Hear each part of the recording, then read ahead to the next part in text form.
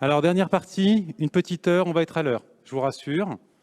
Je vous propose de prendre place rapidement, s'il vous plaît.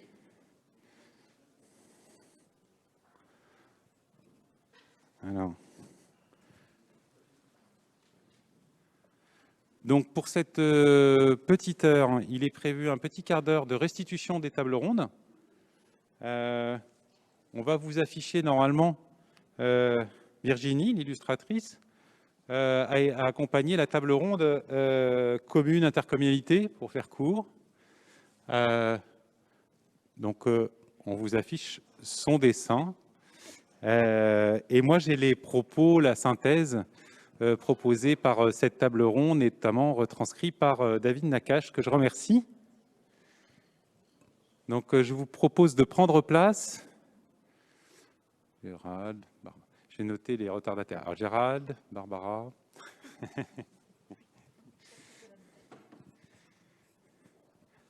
Asseyez-vous et vous pouvez vous rapprocher.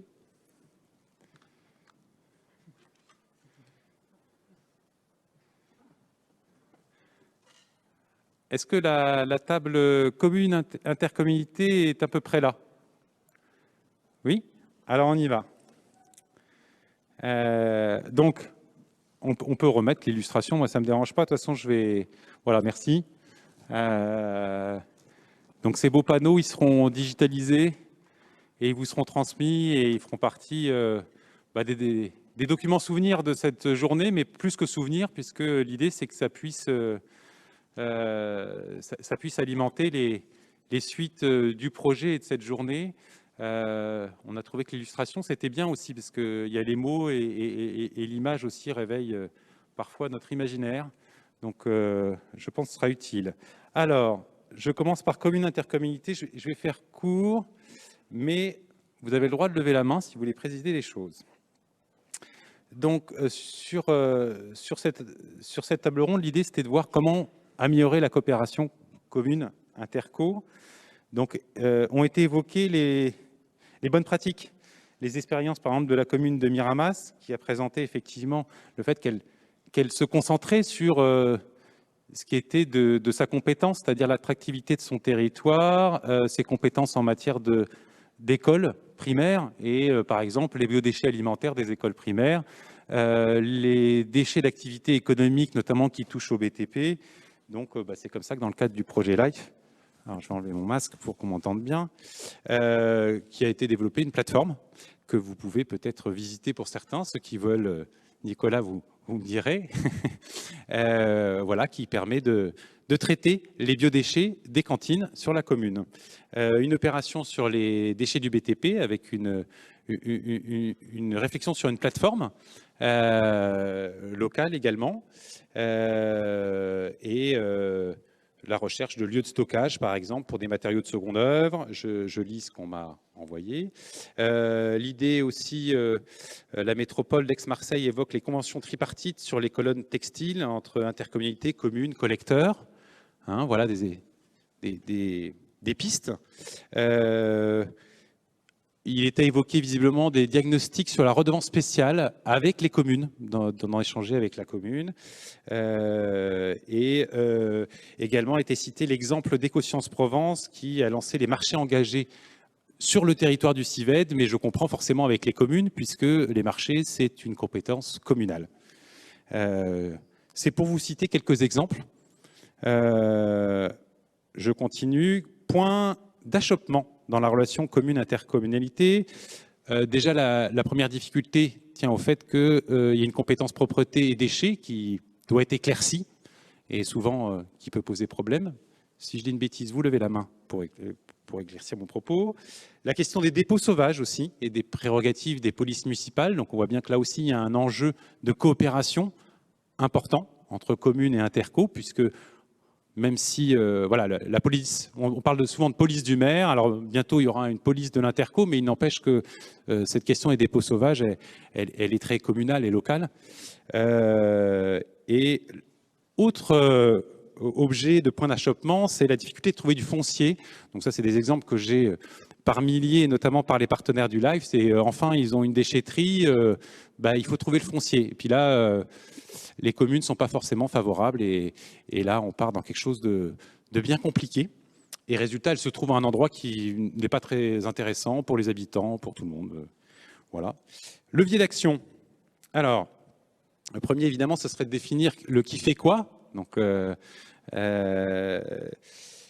donner aux communes les moyens de répondre aux sollicitations, c'est-à-dire annuaire des services déchets de l'intercommunalité, je cite. Mise à disposition par l'intercommunalité de matériel, pour quelques sujets, si je comprends bien, bioso, appareil photo pour les dépôts sauvages. Alors j'avais eu d'ailleurs, sur un autre sujet, mais qui touche aux déchets, sur les catastrophes naturelles, par exemple, la Dracénie mettait à disposition des téléphones cellulaires aux maires de communes. Parce qu'effectivement, quand tout va mal et qu'il y a une inondation phénoménale, les premiers sur le pont, c'est les maires. Et sauf que tout est coupé généralement, il n'y a plus d'électricité. Donc là, ça peut être un autre exemple. Déploiement de moyens humains, ambassadeurs du tri, prévention et de sensibilisation sur des sites communaux, campings, lacs ou d'ordre d'événements. Positionnement des intercommunalités comme accompagnateurs des communes pour le déploiement de bonnes pratiques. Redevance spéciale appliquée par l'intercommunalité aux communes et qui serait un levier pour réduire les déchets des communes et donc leurs factures. Changer de regard sur les déchets, notamment pour l'installation de nouvelles structures. Donc là, c'est ce qu'on évoquait, j'imagine, sur l'implantation de déchetteries. Alors, je sais que le Grand Avignon, par exemple, travaille beaucoup sur une déchetterie plus et que le foncier était difficile à trouver. C'est-à-dire plus voulant dire qu'il faisait ressourcerie également, etc. Mais même ça, c'est pas évident. Mutualisation entre les communes sur des compétences ne relevant pas de l'intercommunalité. Donc là, il faudra peut-être m'éclairer tout à l'heure, je ne saisis pas encore. Communication à double sens entre commune et intercommunalité. La commune doit communiquer sur la gestion des déchets par l'intercommunalité. L'intercommunalité doit valoriser les actions de la commune. Peu importe qui fait quoi pour le citoyen, il doit y avoir une réponse à ces questionnements. Vous avez fait une très jolie synthèse. Merci. Je pense que c'est assez complet. Alors moi j'ai juste une petite dernière question en tant qu'animateur du projet LIFE qui fait des animations. Est-ce que vous pensez qu'il y a matière à faire un atelier sur le sujet pour aller plus loin? Un atelier comme on les fait, webinaire? Oui. Le micro, Véronique.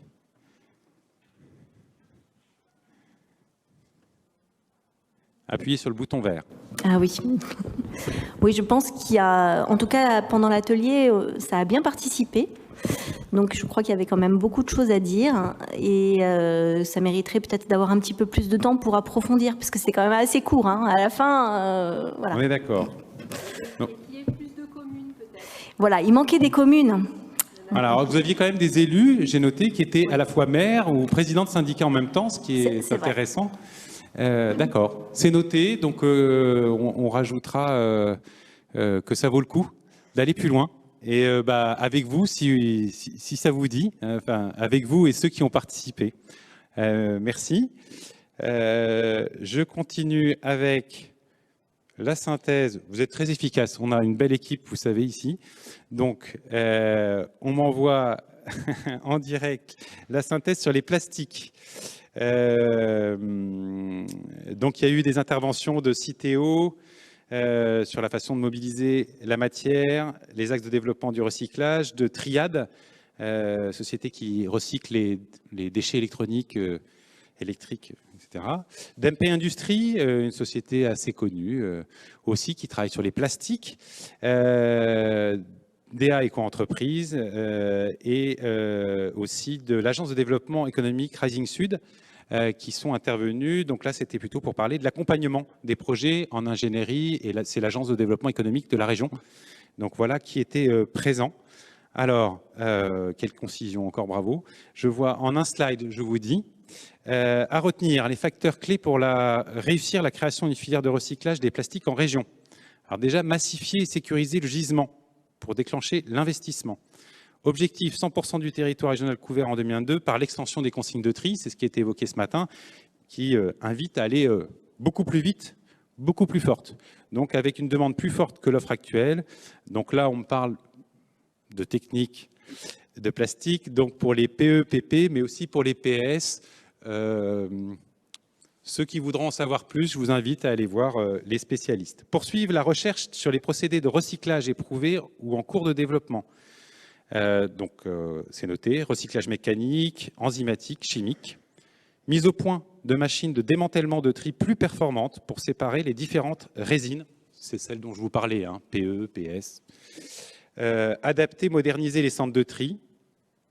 Il y a une nécessaire montée en qualité sur le produit recyclé et développer des formations. C'est ça qui a été évoqué. Sécuriser, développer les débouchés, c'est un peu le sujet qu'on avait aussi tout à l'heure avec la table ronde Europe et les déchets. Effectivement, donc dans le cadre des marchés publics, travailler avec les designers et lever les freins réglementaires, sortie du statut déchets et tout ce qui concerne les plastiques alimentaires. Enfin, soutenir les projets, fédérer et partager les retours d'expérience entre acteurs locaux, accompagnement de pôles de compétitivité, cités au ADEME et Région Sud, notamment pour développement et l'implantation de projets locaux favorisant l'économie circulaire. Ingénierie technique foncière financière via Rising Sud. Et l'idée étant d'avoir entre 3 et 5 projets potentiels en région. Donc vous êtes allé assez loin sur ce sujet. Donc ça, c'était la table ronde sur les plastiques. Alors, encore une.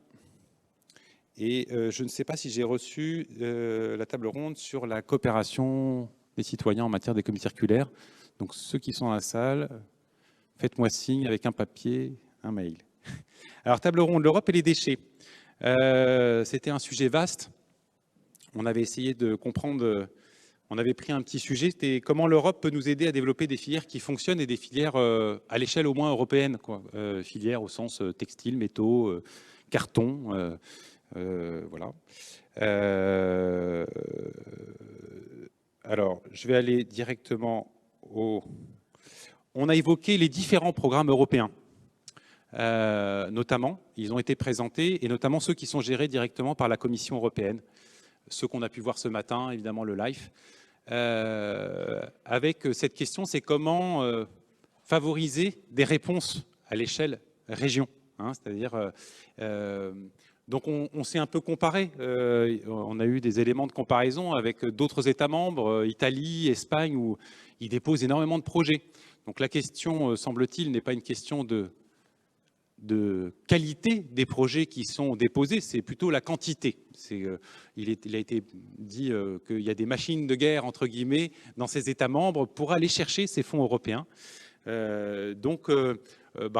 Pendant la table ronde, on a profité pour présenter les différents programmes qui sont assez nombreux. Certains peuvent être financés jusqu'à 100% de la dépense, hein, il faut en rendre compte. Donc, les questions qui se sont posées, c'est comment améliorer finalement augmenter le nombre de réponses qui peuvent se faire au niveau d'un territoire comme la région, avec des petits partenaires, petits porteurs qui n'ont pas forcément les moyens de monter ce projet ou d'être coordinateur. Par contre, ils auraient les moyens d'être partenaires pour autant qu'on arrive à bien faire circuler l'information. Donc là, la direction Europe à la région et le service économie circulaire déchets, on a bien entendu, effectivement, de la part de participants à cette table ronde, l'importance de voir comment on peut améliorer encore cette circulation. Et on a aussi soulevé l'importance, donc, pour nous, régions coordinatrices, c'est d'avoir des porteurs de projets qui ont déjà quelques idées. C'est-à-dire qu'il faut avoir déjà on n'invente pas un projet comme ça, c'est qu'on a soi-même une stratégie sur son territoire et qu'on pense que voilà, il peut y avoir soit d'autres partenaires en région ou hors région qu'il faut associer. Je vais passer vite. Donc, j'ai beaucoup d'éléments. Merci Marine. Qu'est-ce qu'il y avait d'autre comme donc oui, alors, très synthétiquement, je vais dire que la direction Europe est en train outre l'accompagnement qu'elle fait régulièrement, est en train de travailler encore à améliorer avec des plateformes existantes pour mettre à disposition les informations, mais aussi pour mettre en relation, si j'ai bien compris. Et donc, on va creuser encore, nous aussi, et notamment dans le cadre du projet LIFE intégrés où il faut des suites. Et ça a été évoqué par des participants de la table ronde et notamment des partenaires du LIFE avec qui on veut voir des suites. Alors LIFE, Horizon 2020, autres projets. Donc voilà, je fais court et je passe à la toute dernière. Et comme ça, résumé, atelier 3. Merci Marine. Alix. De Marine. En résumé, donc là, on était sur un sujet qui est le cœur du sujet Interreg CECI qu'on a aperçu ce matin. C'est participation citoyenne à l'économie circulaire. Alors, je vais essayer de... Donc, le lancement du débat s'est fait autour de 3 questions clés. Quels moyens, méthodes de sensibilisation, tri, réemploi, consommation, les nouveaux emplois liés à l'économie circulaire, nouvelles entreprises, quels nouveaux besoins donnent lieu à de nouveaux services, concepts, quels nouveaux lieux ou quels lieux pour faire exister l'économie circulaire. C'était des points. Donc là, a été identifié 4 axes, je vous les cite. Parler à tous les publics sur les sujets qui les intéressent, multiplier les actions et les interlocuteurs, exemple de projets citoyens, les projets type famille zéro déchet, c'en est un, sont toujours des succès. Mais ils demandent des ressources importantes. Autre type de projet, les ateliers thématiques ouverts à tous, réemploi, réparation et les jeux type FREC, économie circulaire. L'axe 2, la question des lieux émerge de manière assez forte, où sensibiliser, où pratiquer. Donc il a été dit qu'il fallait que ce soit simple pour les citoyens, par exemple centraliser les lieux de dons ou faire le lien autour de la transition écologique dans des lieux de sociabilité historique. Axe 3, les questions clés à se poser dans un projet de mobilisation citoyenne. Critères techniques, est-ce que c'est pratique, accessible, horaire d'ouverture, accès en voiture, que le projet fasse sens. Souvent, on a plus de com que de consignes et on a le sentiment de participer à un projet. Oui, alors excusez-moi, je vais m'arrêter là, sinon je ne suis pas sûr de retranscrire ce qu'il faut. Retour sur investissement individuel qui permet d'aller au-delà des convaincus. Et oui, c'est l'enjeu, c'est effectivement de toucher des gens qui aujourd'hui ne sont absolument pas sensibilisés. On est bien d'accord. Exemple, récupérer du compost à la déchetterie, avoir un conseil dans un repair café ou chez un réparateur classique, mais qui s'appelle Réparacteur, par exemple, et qui nous explique que l'objet qu'on a peut durer encore pas mal d'années. Axe 4, émergence de pratiques de renforcement positif via les nouvelles technologies applicatives. Récompense via des réductions ou accès gratuit à des services et à des comportements vertueux, tri, etc. Alors c'est ce qui existe un peu. On a un partenaire Terre de Provence qui l'a expérimenté. Ça vaudra le coup de voir un peu comment ça marche. Et d'autres collectivités en région, tous ces systèmes qui permettent de récompenser les gestes de tri ou de réemploi. Merci, on a fait le tour et comme ça, on va pouvoir passer à la suite pour la demi-heure qui nous reste, c'est-à-dire, je vais laisser la parole à Madame Claudius Petit pour, on va y être, pour parler des contrats d'objectifs déchets. Alors, il y a le LIFE qui accompagne, évidemment, mais on l'a vu, la région, on va y arriver, la région a également développé, excusez-moi, d'autres outils. Voilà, hop, on approche.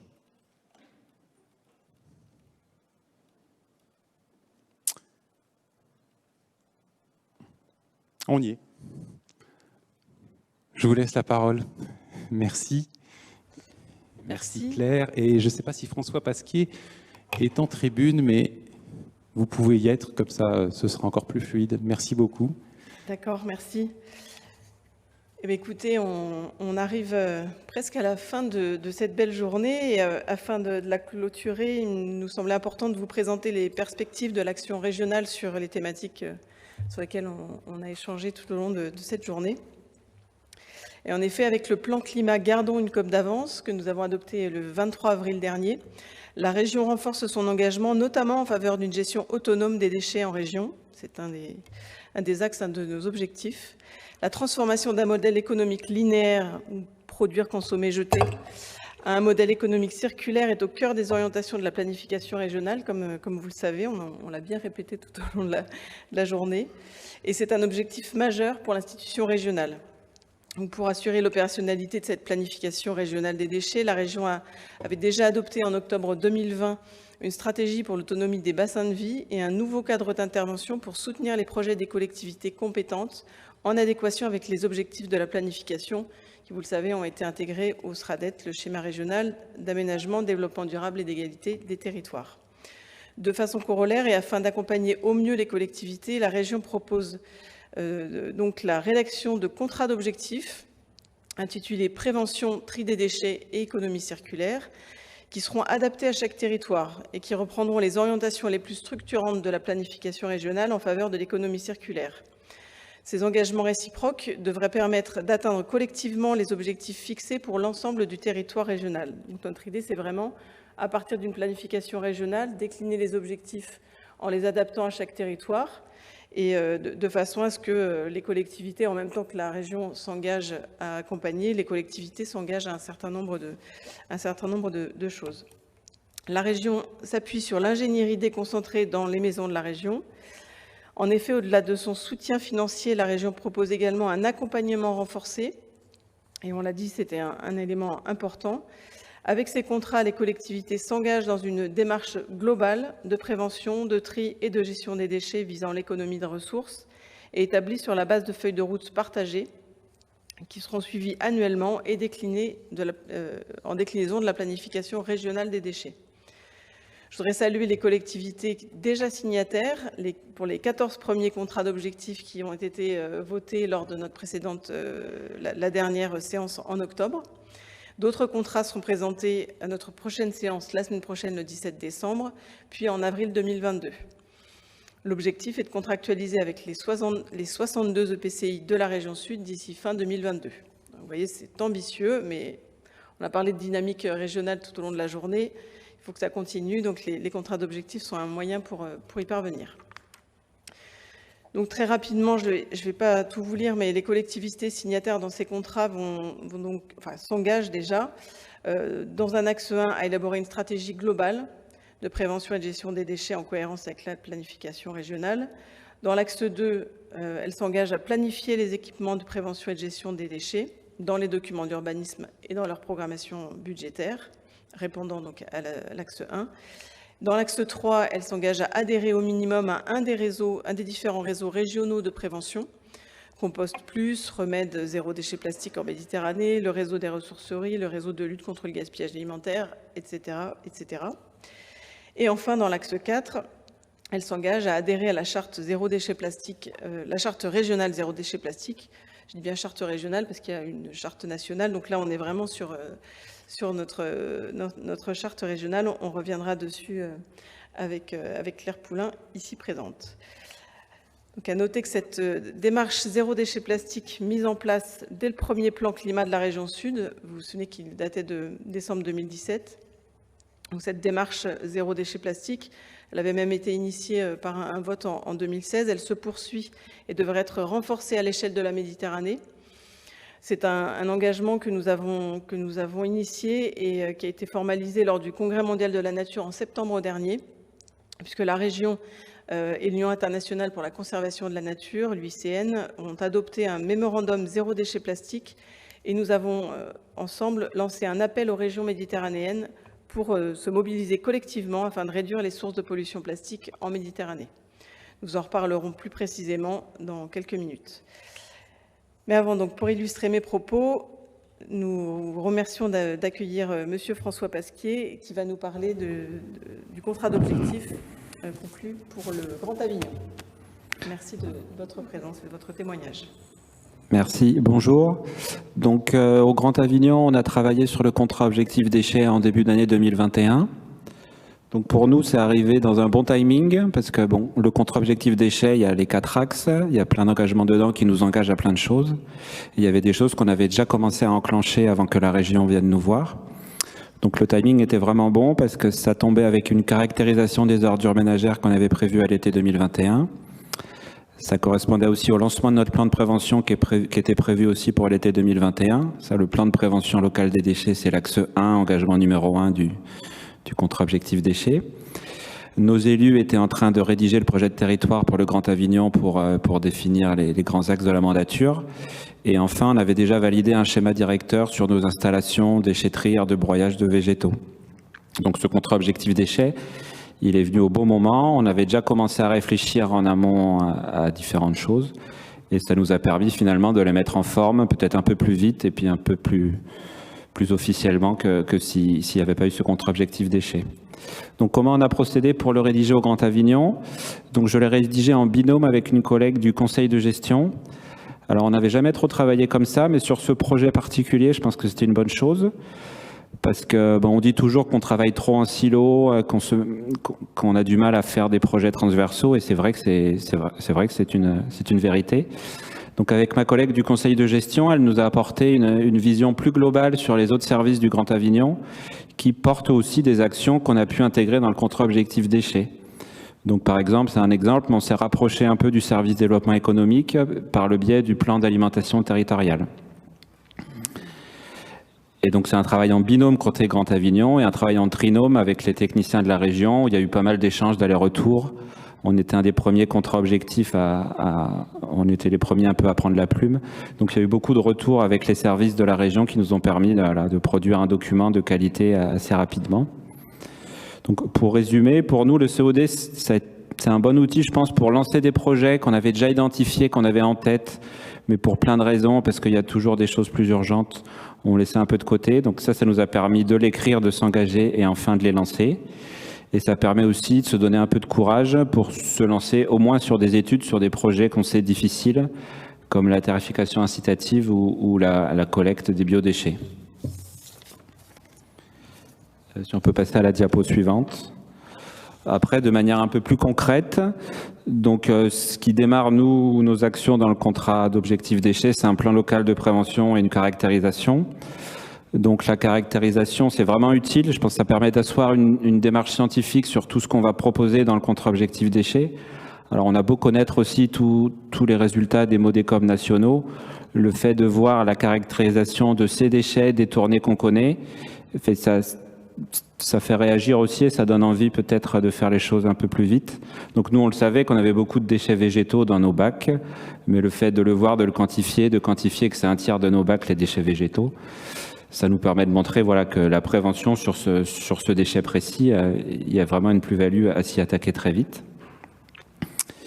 Et aussi pour nous, le plan local de prévention est très important pour nous. C'est quelque chose qui est obligatoire dans le contrat objectif déchets. Et nous, on y voit l'avantage que ce plan local de prévention, ça va être un document de stratégie déchets qui va être délibéré par nos élus. Et donc, on veut y mettre toute notre politique déchets des futures années. Et dans les actions qu'on a déjà commencé à lancer aussi à travers le contrat objectif déchets. Donc, on n'a pas encore lancé cette étude, mais on a commencé à réfléchir sur les biodéchets. Ça a déjà permis de clarifier les rôles entre qui fait quoi entre l'EPCI à compétence collecte et le syndicat de traitement. Et ça nous a permis pour 2022 aussi, ça y est, de lancer des opérations témoins de compostage de proximité, de mieux suivre celles qui avaient déjà été lancées et aussi de faire une opération test de broyage des végétaux à domicile. Voilà. Et ça c'est aussi quelque chose qu'on présente dans le contrat objectif déchets. On espère des subventions.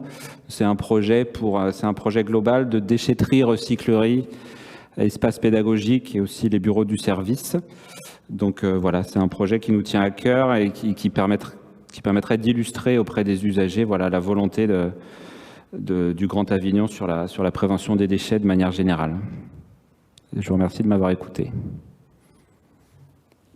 Merci François, merci beaucoup pour cet éclairage qui permet de donner du corps à un... Vous m'entendez? Oui, voilà. Oui, c'est un éclairage qui permet de donner du corps à ces contrats d'objectifs, donc déjà 14 et bientôt 4 de plus. On va lancer le prochain sujet, comme ça nous sommes à l'heure, comme vous voyez.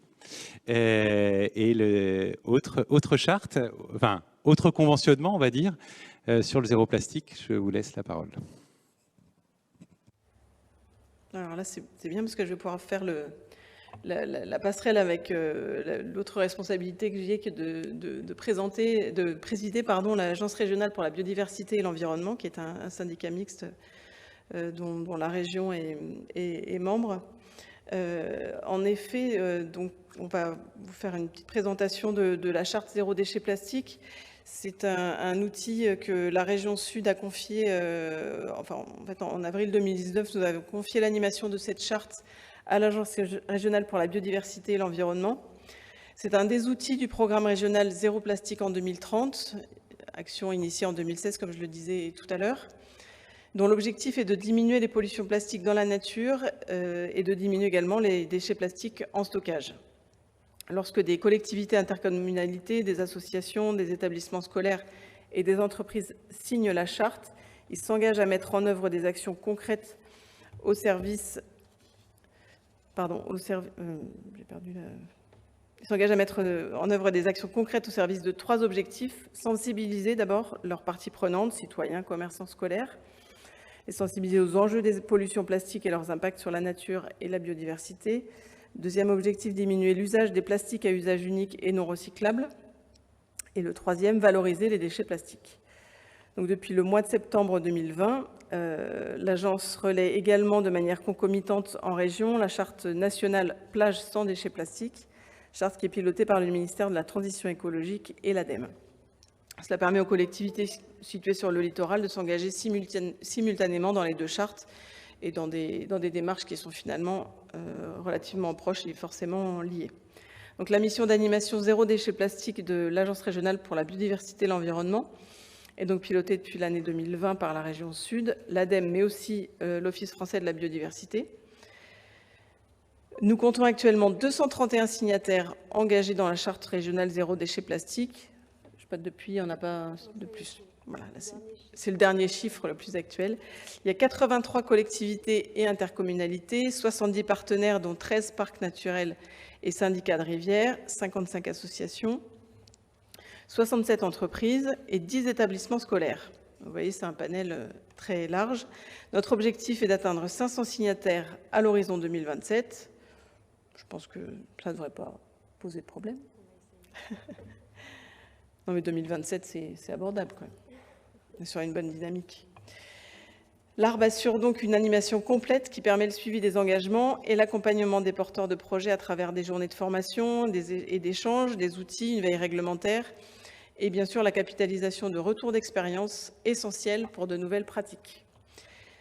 Donc, je vais laisser la parole à Claire Poulain, ici présente, qui est chargée de mission donc, au sein de l'Agence régionale pour la biodiversité et l'environnement de cette mission zéro déchet plastique et qui anime la charte concrètement sur le terrain. Merci Madame Claudius Petit. Du coup, bonjour à tous. Donc, je vais vous présenter... Ah oui, j'enlève, c'est vrai. Je vous présente concrètement comment prend forme en fait cette mission d'animation que nous a confiée la région depuis avril 2019. Donc, Céline, je ne sais pas si tu peux mettre le PowerPoint sur lequel... Ouais, super. Donc, juste une première diapo très simple pour vous faire signifier. L'idée, c'était d'illustrer vraiment que la RBE a été missionnée donc, par la région, l'ADEME et l'OFB. On est en fait un de ces petits rouages entre des acteurs qui viennent vers nous au quotidien, qui nous posent des questions très concrètes pour mettre en œuvre des projets très concrets et une myriade d'acteurs avec qui on travaille également. Et notre plus grande mission en fait au quotidien, c'est vraiment de faire du lien, tisser les liens entre ces différents acteurs qui ont des outils, etc., de l'expertise. Donc pour illustrer concrètement un des outils phares qu'on a proposé depuis la prise en main de la mission donc par la RBE, ça a été la rédaction grâce à plus de 60 acteurs contributeurs. Donc il y a des collectivités mais aussi tout le tissu associatif, des clusters d'entreprises, etc. qui sont engagés sur le sujet des pollutions plastiques en région et qui nous ont permis de faire ce guide à destination des collectivités, des intercommunalités. L'idée c'est vraiment d'essayer de les accompagner. Alors en leur donnant des infos clés, en essayant vraiment de faire la chasse aux fausses idées, aux fausses solutions, parce qu'il y en a beaucoup sur les plastiques, et puis à travers des fiches thématiques sur les compétences concrètes des communes et des intercommunalités, vraiment de donner des expériences concrètes d'illustration, etc. Au-delà de ce guide, donc, on a fait vraiment en partenariat au-delà, donc, avec la région, l'ADEME, l'OFB, mais également toutes les collectivités, les associations engagées. On a identifié également un frein grâce à une mission historique qu'on a eue à l'agence sur les achats publics. En fait, on a identifié que les collectivités qui s'engagent, souvent, ça engage aussi leurs achats publics. Et elles n'ont pas forcément le temps ni la capacité d'aller identifier, lorsqu'elles rédigent des marchés, les entreprises qui apportent des solutions concrètes ou les associations qui ont des prestations concrètes. Donc on a mis en place, Céline, tu peux passer sur l'autre diapo si tu veux, voilà, un annuaire en ligne de solutions qui est un outil qui est destiné à tous les acteurs signataires, donc que ce soit les associations, les entreprises qui peuvent proposer des solutions et les collectivités qui recherchent des solutions. L'idée, c'est vraiment que ce soit un outil évolutif et petit à petit, quand on a des nouveaux signataires, quels qu'ils soient, les collectivités aussi peuvent nous permettre d'identifier de nouveaux prestataires avec lesquels elles travaillent. Et bien, on amende cet outil Internet qui est à disposition de tout le monde pour aider vraiment dans les achats publics des collectivités et pour vraiment inciter l'innovation dans nos achats publics. Donc, au-delà du guide, d'un annuaire sur les achats publics, on construit également des journées, notamment de formation, de sensibilisation, des journées d'échange. On a chaque année, on se met d'accord donc avec la région, l'ADEME et l'OFB sur des thématiques à enjeux particulières et petit à petit on avance. Cette année, notamment en 2021, on a travaillé avec la métropole Nice-Côte d'Azur sur le montage d'une formation pour ces acheteurs publics, en s'appuyant notamment sur l'annuaire dont je viens de vous parler précédemment. Une autre thématique qu'on a beaucoup abordée cette année, c'est aussi les éco-manifestations. L'idée, c'était de travailler avec un de nos partenaires associatifs qui est le COFIS, qui est le collectif des organisateurs de manifestations en région. Et l'idée, c'était vraiment de trouver des solutions concrètes, zéro déchet plastique, pour les manifestations qui s'organisent en région. On travaille aussi beaucoup sur la restauration collective, voilà, pour pouvoir vous permettre de répondre à la loi Egalim. Donc la deuxième partie de mon intervention sera dédiée à quelques exemples très concrets de ce que peuvent mener les collectivités qui s'engagent, les collectivités et autres acteurs d'ailleurs qui s'engagent dans la charte zéro déchet plastique, la charte régionale zéro déchet plastique. L'idée, encore une fois, c'est vraiment que chacun fasse sa part. La petite illustration sur le côté, en fait, c'est vraiment pour vous faire signifier que l'idée, c'est de demander aux communes d'agir sur leurs compétences propres et également aux intercommunalités d'agir sur leurs compétences propres, notamment dans le cadre des contrats d'objectifs sur lesquels la région est en train de travailler avec vous. Concrètement, donc une action, sachez qu'il y en a plein d'autres, j'ai fait une petite sélection, mais voilà, on en a bien d'autres. Si vous voulez en savoir plus, je serai à votre disposition. On a notamment le département du Vaucluse. Je note une illustration qui illustre une table ronde. Bravo. Je ne sais pas qui l'a produite, mais... c'est dans le guide, on a fait appel à un illustrateur. Voilà. Stop et le panneau commune EPCI. Exactement. Qui se serre la main. Oui, c'était vraiment les échanges de cet après-midi montraient à quel point les déchets, c'est une complexité de gestion pour les acteurs publics. Voilà. Donc le département du Vaucluse, notamment dans le cadre de la charte, mène une action spécifique sur les dépôts sauvages sur ces routes départementales et notamment autour du Mont Ventoux, auprès des cyclistes, etc. Ils mettent en place des actions vraiment très spécifiques sur la base de leurs compétences de gestion des routes départementales. Vous avez également des intercommunalités qui s'engagent, notamment le Sisteronnet-Buège qui a travaillé sur le marquage de certains avaloirs sur certaines communes. Là, l'idée, c'est vraiment d'essayer de sensibiliser la population sur les transferts de pollution qui peuvent se faire via les avaloirs de rue, qui terminent souvent donc, via le réseau pluvial dans nos milieux naturels par la suite si on y jette les déchets. Vous avez la communauté de communes de Rhône-Lez-Provence également qui a acquis tout un stock de gobelets réutilisables qui est mis à disposition des organisateurs de manifestations. Et puis, comme je vous le disais, il y a les communes qui font également leur part. Alors, deux actions phares qui sont centrales en ce moment souvent. Donc, c'est auprès des scolaires. Il y a beaucoup de communes qui distribuent notamment des gourdes auprès de leurs élèves à la rentrée pour les sensibiliser en même temps à l'enjeu du zéro déchet plastique. Et puis, encore plus centrale et pas sans problématique, c'est la suppression du plastique dans les cantines scolaires. Et il y a de nombreuses communes qui s'y engagent. Bon, là, voilà, j'ai notamment mis Oraison, mais il y a d'autres communes qui s'y engagent. Donc ça, c'était quelques actions particulières sur les collectivités intercommunalités. Comme l'a dit Madame Colus-Petit, il y a également des gestionnaires des parcs naturels régionaux et des syndicats de rivières qui s'engagent à nos côtés en tant que partenaires. Vous avez le syndicat des Sorgues qui a mis en place toute une campagne de communication sur son bassin versant pour vraiment sensibiliser les citoyens au sujet. Le fait que ces pollutions viennent vraiment au-delà de notre littoral, ils viennent bien plus haut dans les bassins versants. Donc c'est important qu'on ait des syndicats de rivières qui soient même terrestres, qui s'engagent à nos côtés. Vous avez le parc des Calanques qui agit également beaucoup sur le sujet, le parc du Verdon qui a organisé très récemment une opération d'envergure, la Verdon propre, grâce au soutien de la région.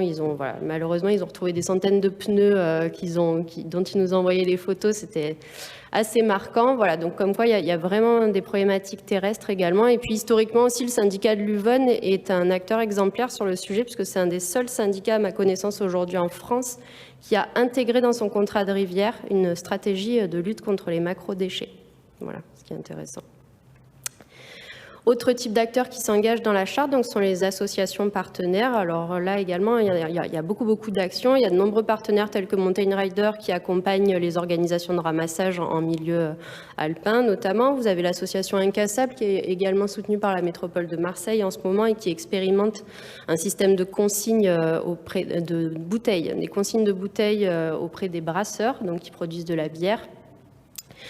Vous avez également le Surfrider qui a mis en place une application, encore une fois, dédiée à l'identification dans les rivières des déchets, ce qui est important. Voilà, au-delà des milieux marins, il faut aussi qu'on agisse ensemble sur nos rivières. L'association Écosciences Provence, dont on a parlé à plusieurs reprises, qui est un acteur clé aussi, qui mène de nombreux projets. Et enfin, donc, quelques entreprises. Encore une fois, ça n'est pas exhaustif. Céline, tu peux passer à la dernière diapo. Voilà, super. Ça n'est pas exhaustif, mais quelques illustrations. Et Eco-entreprise est parmi nous aujourd'hui. Ils sont signataires de la charte entreprise. Et donc, ils conduisent tout un travail de structuration de filière sur les matières plastiques recyclées, ce qui est hyper utile puisque, comme je vous l'ai dit tout à l'heure, nous, on essaye d'agir au niveau des collectivités sur leurs achats publics. Donc, qu'il y ait un acteur qui puisse travailler sur le pendant côté entreprise, voilà, c'est parfait, les liens peuvent se faire. On a un acteur qui va s'implanter très prochainement chez nous qui s'appelle Usage, qui est un laveur industriel professionnel de contenants alimentaires. Ça aussi, c'est un énorme enjeu auquel il va falloir qu'on réponde chez nous. Et voilà, c'est une des solutions en tout cas qui peut se profiler.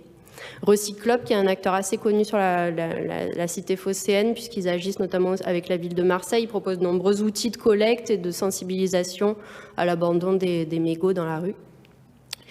Oyas aussi, c'est une petite start-up. Souvent, on a des petites start-up innovantes qui signent la charte, qui proposent en fait une méthode ancestrale d'arrosage et qui permet d'être une alternative aux gros sacs d'arrosage qui sont utilisés parfois en plastique.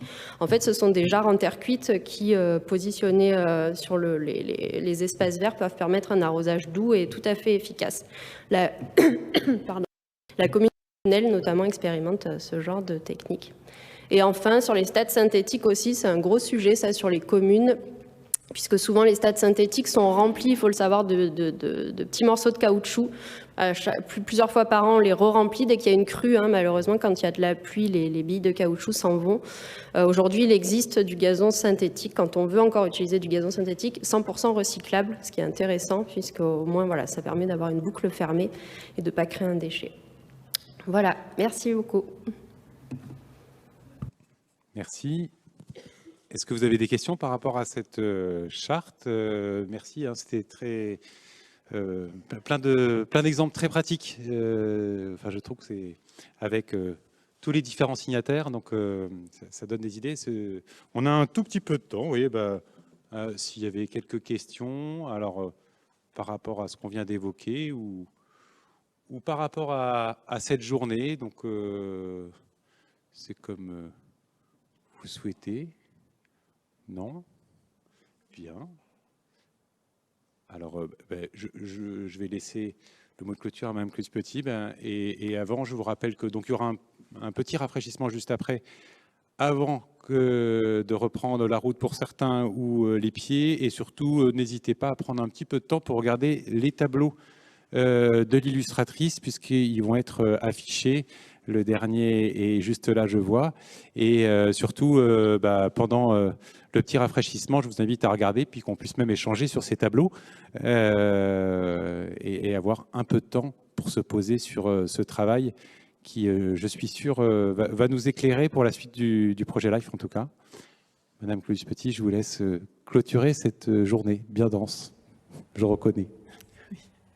Oui, une grosse journée, mais c'est vrai que c'est un moment toujours très enrichissant parce que ce projet LIFE, vous avez vu, c'est un projet d'envergure par le montant, c'est 34 millions d'euros, dont 10 millions d'euros de financement européen, au moins sur la première partie, sans parler des actions complémentaires. C'est un projet très important par le nombre de partenaires. Et puis, voilà, enfin, philosophiquement, c'est aussi très important pour nous parce qu'on se rend compte qu'on a réussi ce qui était notre objectif, c'est-à-dire partir de la base et emmener vraiment une dynamique régionale. Je pense notamment, et vous en témoignez bien, au département du Vaucluse, où il y avait quand même un certain nombre de problématiques, notamment lors de la fermeture d'une décharge. Et on ne sentait pas tellement de projets. Et finalement, il y a énormément de projets qui sont en train d'émerger. Les collectivités sont très dynamiques et force de proposition. Donc voilà, je me souviens avec Delphine Vitali, quand on élaborait la planification régionale, on se disait c'est un peu lourd, il faut absolument qu'on montre que cette planification, on part de loin, mais c'est pas une fatalité, on peut lancer cette dynamique. Et aujourd'hui, je pense qu'on y est.